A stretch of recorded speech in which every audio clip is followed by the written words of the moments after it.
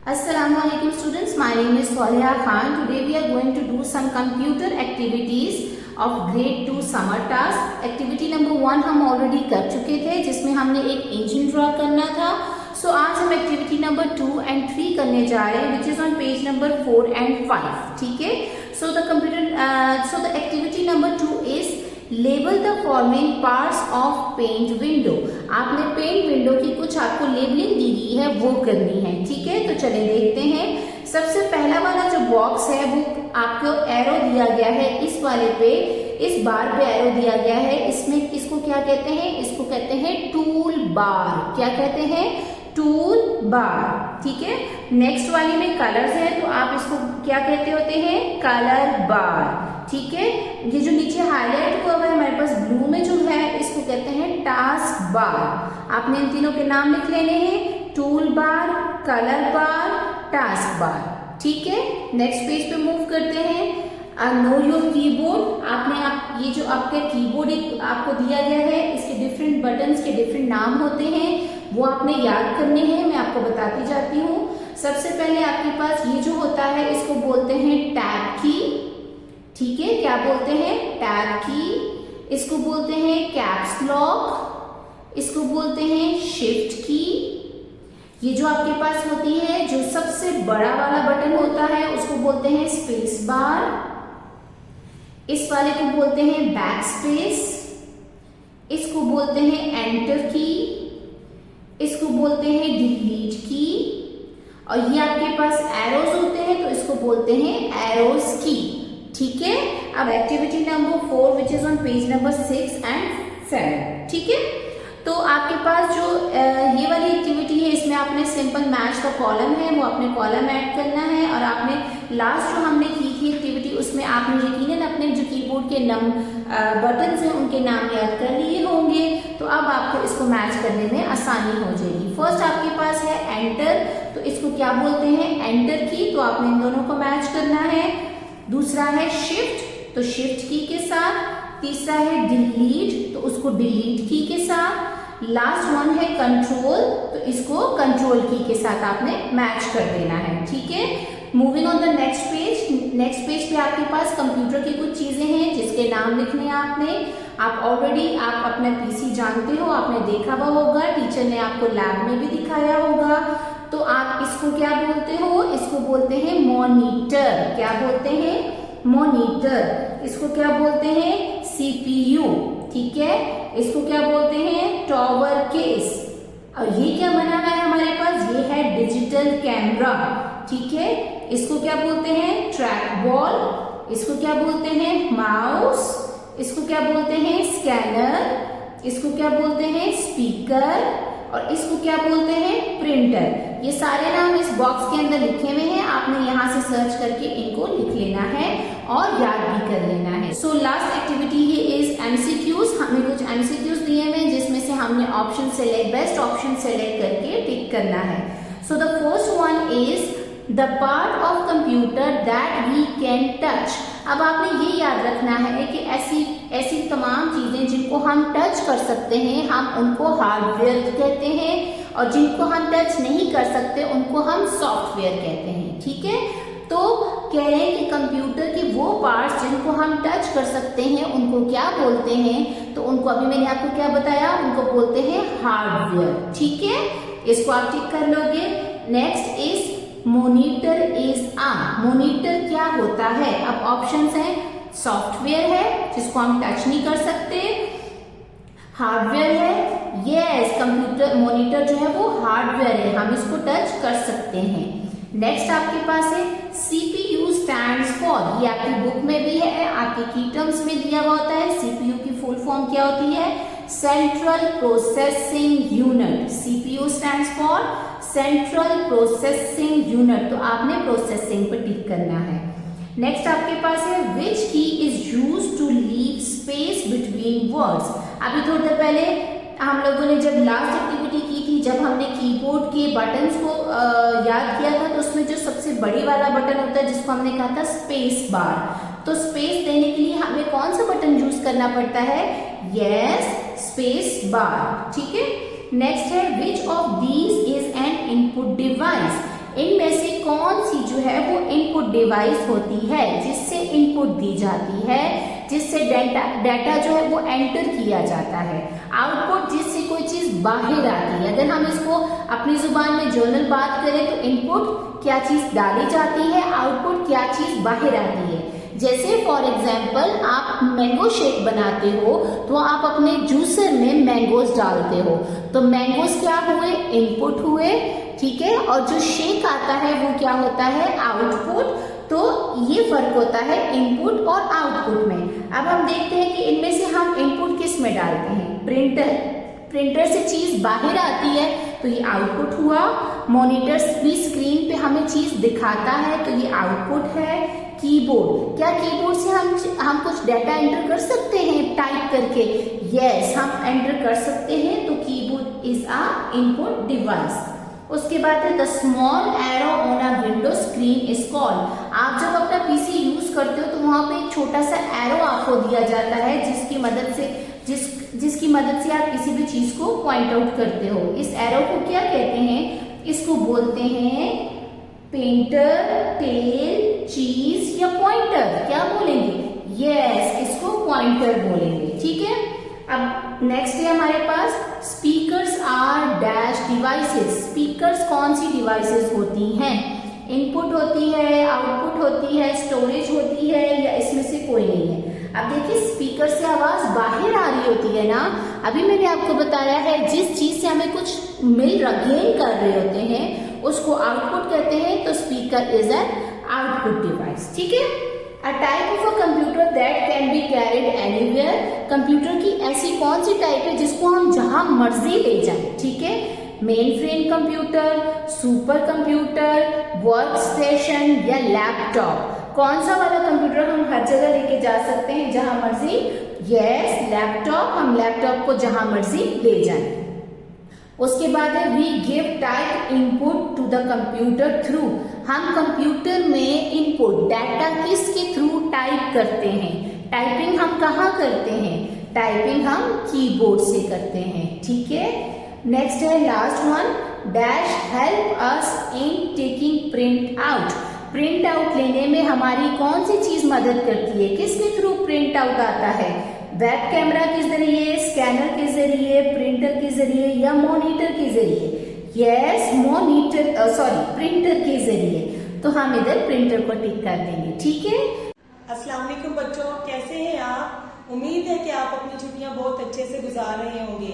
छुट्टियों में आप लोगों को स्कूल की तरफ से जो काम दिया गया है वो आप लोगों ने बहुत अच्छे से और साफ लिखाई के साथ करना है, और जो जिस काम की समझ नहीं आएगी आप लोगों ने अपने वालिदैन की मदद से वो कर लेना है। अब हम जमात 2 का जनरल नॉलेज का काम सरगर्मी नंबर 10 से शुरू करते हैं। जानवर और उनके बच्चे।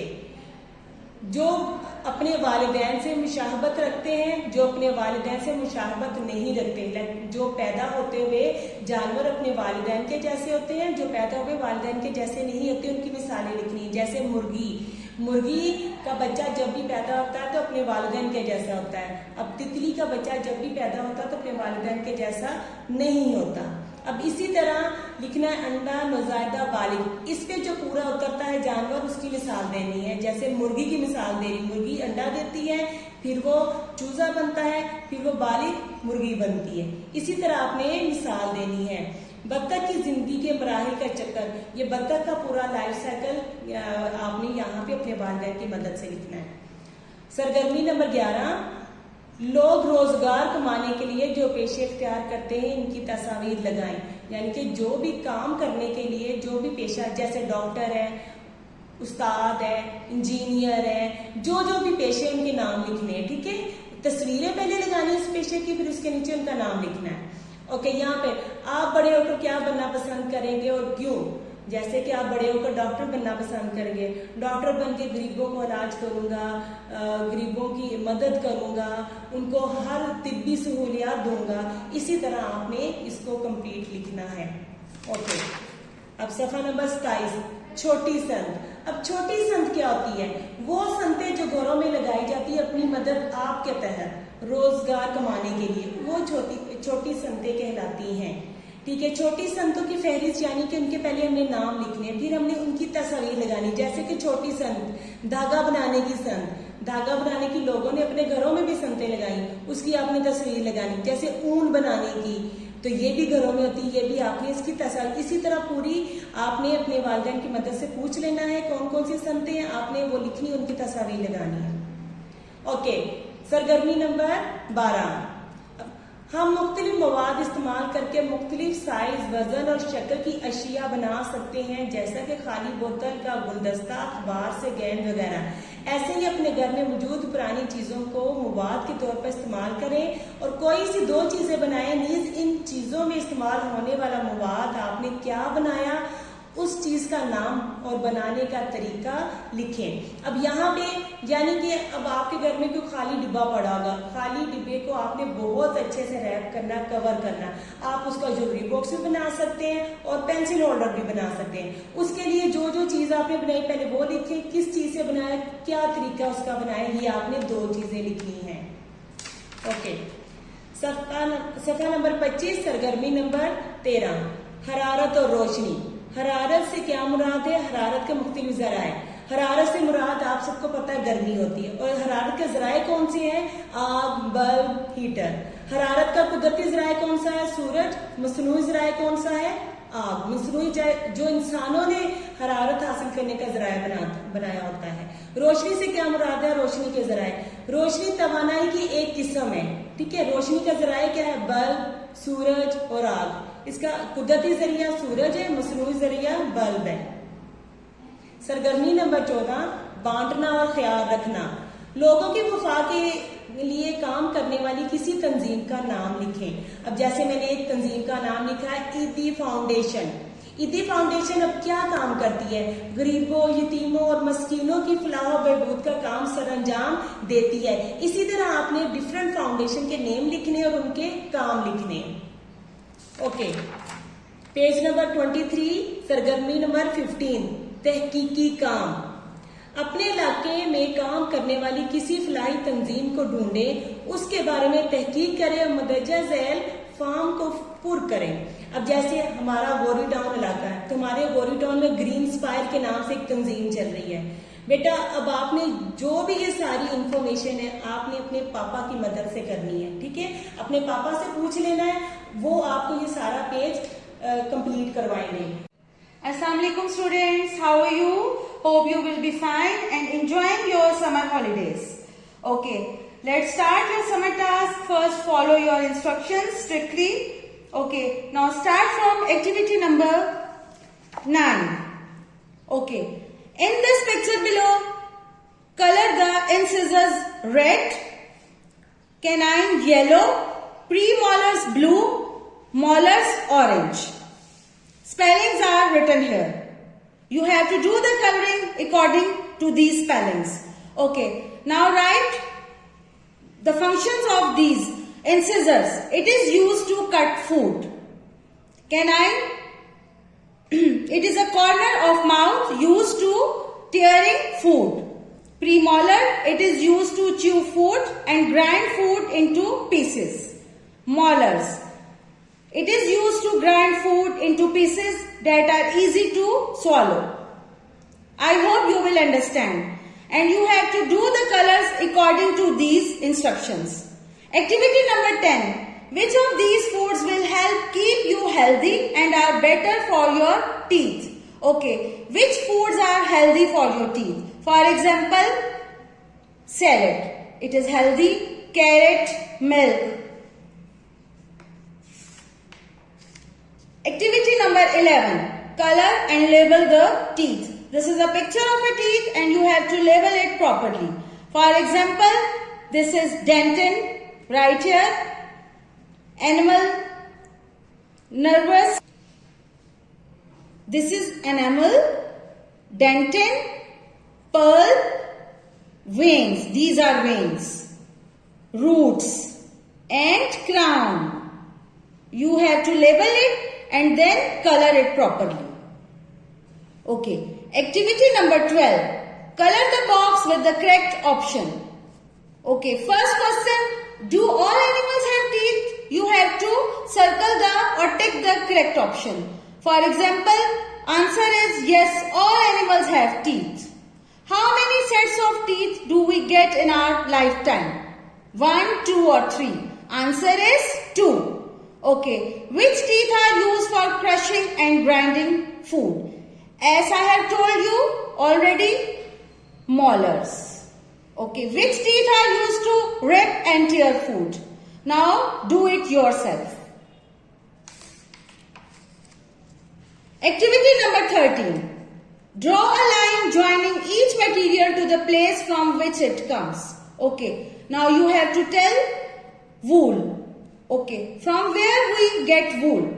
We get wool from sheep. Okay. Cotton thread from cotton plant. Wooden table from tree. Okay. Now rest of the activity you have to do in a similar way. Next question. Make a chart of natural and man-made things in your kitchen. आपके kitchen में वो कौन सी चीजें हैं जो कि natural है, natural materials हैं जो, और कौन से जो कि मैन मेड है. For example wooden cabinets. आपके किचन में वुडन कैबिनेट्स होती है ना, जिसमें आप चीजें वगैरह रखते हैं. Second, stone floors and so on. Man made materials. Okay. Plastic pots, steel pots, ceramic. Okay, now rest of the activity you will complete it. Activity number 14. Collect different kinds of things. Okay, first you have to collect different kind of things. For example, chair, table, duster. Okay, observe each object and fill the chart. For example, name of things. It is book. Okay, now you have to write the color of the book. Blue. It is hard or soft. It is hard. Light or heavy? Light. Made of paper. Table. Table is green. It is hard. It is heavy. And it is made of wood. Okay. Now you have to collect all the things for your own choice. Activity number 15. Okay. Color in the pictures. Then choose words from the list below to describe each thing. You have to use these words. Okay, for example, umbrella. A waterproof umbrella, safe us to wet. Okay, window. A transparent window allows light to pass. Scarf. The cold weather. In cold weather, we use scarf to keep us warm. Okay, now rest of the sentences you will do yourself by using these words. Activity number 16. Okay, this is experiment. For example, the material you will need. Ice cube trays, medicine droppers, cups of water, materials that absorb or don't absorb. Example, small piece of wood, tissue paper, writing paper, paper towel, unfixed cube, cotton ball, rock. Okay, first collect all materials, get an ice cube tray, a cup of water and a medicine dropper. Step 2, drop a few drops of water, पानी बहुत ज़्यादा नहीं आपने फेंकना, into each section of the ice cube tray. ठीक है? Step 3, place one item in each section of the ice cube tray to see which ones absorb water and which don't. Okay, now note down. For example, piece of cotton cloth. It absorbs water. Tissue paper, it doesn't. I hope you will understand. But first do experiment, then you will better understand. Here you have to write the materials that have used to make these objects. For example, these are headlights. Okay, which materials are used? Plastic, metal. This is umbrella. Which material are used? Waterproof fabric and plastic. Okay, likewise, blocks, we have used plastic to make it. Candles, we used thread and wax. I hope you will understand. Activity number 18. You can use reference books, internet, newspaper and magazines to find out what is recycling and why is it important. सबसे पहले मैं आपको ये बताऊंगी कि recycling होता क्या है. Recycling is process of collecting materials, मतलब मुख्तलिफ किस्म की चीजें इकट्ठी करना. जैसे आप लोगों के वेस्ट बॉक्सेस होते हैं, ऑयल के बॉक्सेस होते हैं और इसके अलावा मिल्क के होते हैं. आप उन्हें दोबारा यूज कर सकते हैं, इस्तेमाल में ला सकते हैं, उनसे आप मुख्तलिफ चीजें बना सकते हैं. इसकी क्या अहमियत है, इंपॉर्टेंस ऑफ रिसाइकलिंग. इससे क्या होता है, reduce waste, save natural resources और हमारी एनवायरनमेंट क्लीन हो जाती है. ठीक है, clean environment from waste products. अब आप लोगों ने क्या करना है, you can also paste newspaper and magazine cuttings about the topics. Now activity number 19. Here some types of paper are stronger than others. They are, for example, newspaper, paper towel, writing paper, tissues, tissue paper, toilet paper, cardboard, paper cup, wrapping paper. Okay. Now, what types of paper below are strong and which are not strong? Place a check mark in the correct box in the chart. For example, paper towel, it is strong, and tissue, it is not strong. Question number 2. Predict and test which type of paper best wipes up water. आपने ये बताना है कि इनमें से कौन सा kind जो है, मतलब पेपर की कौन सी काइंड है जो कि ज्यादा अच्छा वाइप करती है. I think paper towel is best wipe. Activity number 20. Okay. When a house is built, जब आप कोई घर बनाते हैं, मटेरियल्स उसमें यूज होते हैं मुख्तलिफ किस्म के, जैसे कि wood, metal, plastic and clay are used. ठीक है, each material is chosen because it does a particular job well. हर एक मटेरियल की अपनी जगह होती है. ठीक है, हर एक की अपनी एक जरूरत होती है जो कि हम डिफरेंट पर्पस के लिए यूज करते हैं. जैसे कि clay is use to make bricks. Clay को ईंटें बनाने के लिए इस्तेमाल किया जाता है because bake clay is strong, क्योंकि जो क्ले है ना वो बहुत मजबूत होती है and doesn't let water through quickly, और उसके ऊपर पानी इतनी जल्दी नहीं बहता. Draw a line joining each sentence. अब आप लोगों ने क्या करना है, इनको मैच करना है उनके रेलिवेंट सेंटेंस से. जैसे कि for example, wood planks make good floors. ठीक है, अब हम बिकॉज, क्योंकि it doesn't, because they are flat and smooth, क्योंकि ये फ्लैट और स्मूथ होते हैं. जो वुड के बने हुए प्लैंक्स होते हैं ना, लकड़ी के, जैसे कि ये आपको पिक्चर में दिखाए गए हैं. ठीक है, okay. Plastic is use for window frame. अब जो प्लास्टिक है वो विंडो फ्रेम के लिए यूज होता है. क्यों? Because it let slide through.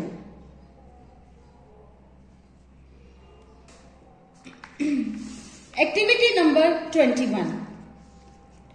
Okay, here you have to help Naveed get the materials and build the house. अब ये नवीद है, अब ये क्या करेगा, ये इन मटेरियल्स को यहां से लेता जाएगा और फिर क्या करेगा, हाउस बिल्ड करेगा. आप लोगों ने यहां से इसका जो रास्ता है वो खुद फाइंड करना है. ठीक है, और रास्ते में आप लोगों ने ये मटेरियल्स लेते जाने हैं और then come here and build the house. Activity number 22. Very interesting activity. You have to collect pictures of different materials. आप लोगों ने different materials की pictures जो हैं वो collect करनी है, जो कि wood से बनी हुई हो, पेपर से बनी हुई हो और ग्लास से बनी हुई हो. और उन पिक्चर्स को आपने क्या करना है, यहाँ पेस्ट करना है इनके जो रिस्पेक्टिव कॉलम्स है ना वहां पर. For example, here you have to paste the picture of chair, book, glass. इसी तरह इस पेज पे भी आपने इस एक्टिविटी को ऐसे ही कंप्लीट करना है. Activity number 23. Okay, these are riddles. ठीक है, आप लोगों ने ये आपका एक पजल मैप बना हुआ है और आपने इसमें जो है ना ये स्पेलिंग जो है इनके राइट करके इसको कंप्लीट करना है. जैसे कि कुछ वर्ड्स जो हैं वो क्रॉस में है और कुछ क्या है, डाउन में है. अब आप लोगों ने इसमें जैसे हम लोग स्टार्ट करते हैं नंबर 1 से. ठीक है, we use it to see things that are far away. हम इसको दूर की चीजें देखने के लिए इस्तेमाल करते हैं, जैसे कि टेलीस्कोप. ठीक है, अब इसी तरह नंबर 4, अ ब्लैक और dark grey substance made from partly burn woods. ठीक है, अब एक ब्लैक और ग्रे कलर का होता है मवाद जो कि जली हुई जो लकड़ी है उसमें से आता है बाहर, उसको क्या बोलते हैं? कोल, मतलब कोयला, ठीक है, COAL, कोल। इसी तरह आप लोग इसको कंप्लीट करेंगे। Number 2, they build their nest from paper, ये पेपर से अपने नेस्ट बनाते हैं, ठीक है, अपना घोंसला बनाते हैं, वेस्ट, WASPS। इसी तरह आप बाकी पजल अपना कंप्लीट करेंगे, ठीक है। At the end a beautiful quotation for you. When you have a dream, you have got to grab it and never let go. Keep on learning. Take care. Allah Hafiz.